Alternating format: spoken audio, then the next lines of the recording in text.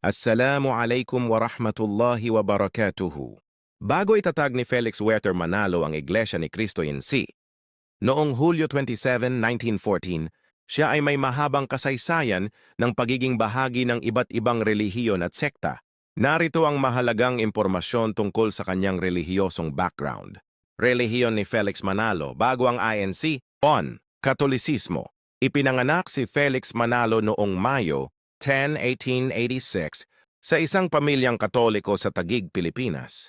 Sa murang edad siya ay bininyagan bilang isang Katoliko Romano. 2. Protestantismo di Kalaunan.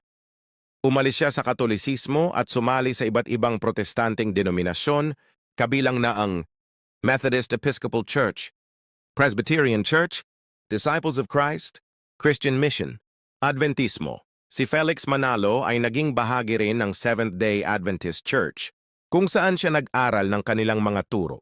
Gayunpaman, iniwan niya rin ito at nagpatuloy sa kanyang paghahanap ng sariling pananampalataya. Mga relihiyon ng ibang sekta, may mga tala rin na siya ay sumali sa Iglesia Metodista at sa Union Espiritista Kristiyana. May mababasa ba na Felix Manalo sa Biblia?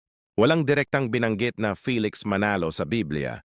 Ang paniniwala ng mga tagasunod ng INC ay ang Felix Manalo ang tinutukoy na sugo ng Diyos sa huling araw, batay sa kanilang interpretasyon ng mga talata sa Biblia tulad ng Isaiah 43:5-6 at Apokalipsis 7:2-3. Gayunpaman, ang interpretasyong ito ay itinuturing na eksklusibo sa kanilang pananampalataya at hindi kinikilala ng ibang Kristiyanong denominasyon. Totoong propeta ba si Felix Manalo? Ang pagiging propeta ni Felix Manalo ay isang isyu ng pananampalataya. Para sa mga miyembro ng INC, siya ang huling sugo ng Diyos na itinalaga upang itatag ang tunay na iglesia.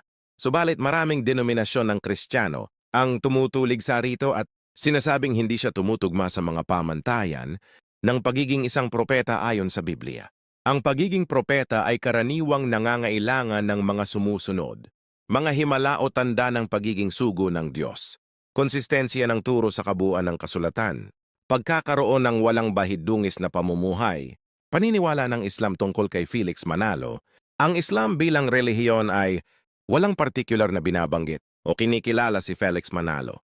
Subalit ayon sa mga prinsipyo ng Islam, may mga pangunahing pamantayan upang masabing isang tao ay tunay na propeta o sugo ng Diyos. Ang huling propeta, ayon sa Islam, si Propeta Muhammad, sumakanya nawa ang kapayapaan, ang huling propeta ng Diyos, batay sa sinabi sa Quran 33:40. Si Muhammad ay hindi ama ng sino man sa inyong mga lalaki, ngunit siya ang sugo ng Allah at ang huling propeta sa pananaw ng Islam. Wala nang iba pang propeta o sugo na itatalaga pagkatapos ni Propeta Muhammad. Mantayan ng propeta upang maituring na isang tunay na propeta, ang isang tao ay dapat tumanggap ng malinaw na revelasyon mula sa Diyos Allah at magdala ng mensaheng hindi sumasalungat sa mga naunang revelasyon. Halimbawa, ang Quran at mga aklat ng mga naunang propeta. Kung si Felix Manalo ay nag-aangkin bilang sugo ng Diyos, hindi ito tugma sa paniniwala ng Islam dahil walang bagong sugo o propeta pagkatapos ni Muhammad. Bakit Manalo ang ginamit ni Felix Manalo? Ang tunay na apelyido ni Felix Manalo ay Isagun, ngunit pinalitan niya ito ng Manalo noong siya ay nasa hustong gulang. Narito ang mga posibleng dahilan sa pagpapalit niya ng apelyido, simbolismo ng pangalan. Ang Manalo ay maaring pinili dahil sa kahulugan nito bilang tagumpay o panalo. Ito ay maaring simbolo ng kanyang layunin na ipakita na siya ang magtatagumpay sa kanyang misyon bilang isang sugo ng Diyos.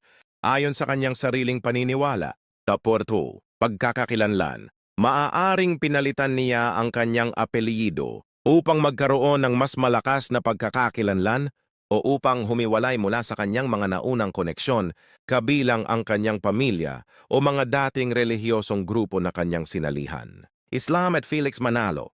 Sa kabuuan mula sa pananaw ng Islam, hindi kinikilala si Felix Manalo bilang isang propeta dahil itinuturing na si Propeta Muhammad ang huling sugo.